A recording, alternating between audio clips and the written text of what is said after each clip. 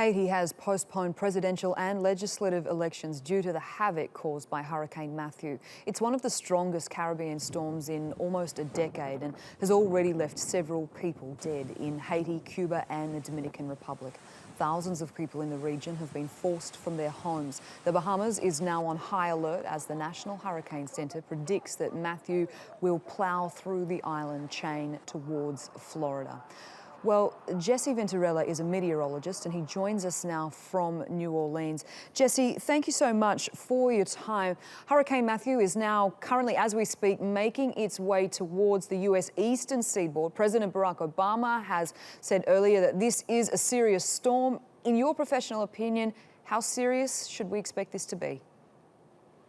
Well, I mean, this is a Category 3 hurricane right now still, so that rates it as a major hurricane, has winds currently at about 120 miles per hour. So anytime you have a storm that's a major hurricane that's forecast to potentially make landfall in the United States, of course, it is a pretty serious situation. I know folks in Florida are taking it very serious, but before then, this storm is, of course, moving through the chain of the Bahamas currently.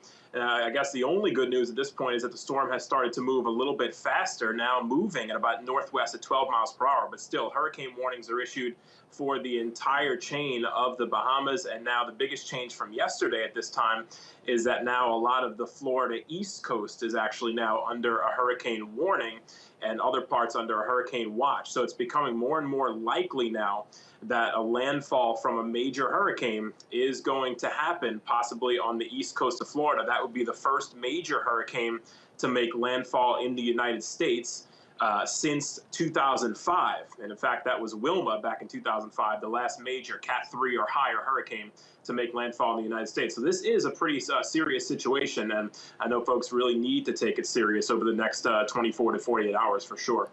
And Jesse, I'm guessing Florida is in a much better situation than the likes of Haiti in terms of having the kind of money and infrastructure to be able to handle a hurricane of this magnitude, if one can indeed handle it. Take us through what a Category 3 storm of Hurricane Matthew scale is capable of in terms of damage.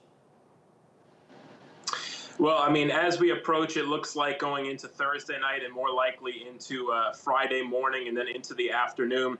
Of course, winds. Now, this is considering that the storm is going to stay closer to the east coast of Florida. Well, the coastal communities are going to be at more risk than portions of central Florida. But what they can expect are, of course, potential there, depending on the timing with the low and high tides. But there's the potential there for some storm surge along the east coast of Florida up to about 5 to 7 feet.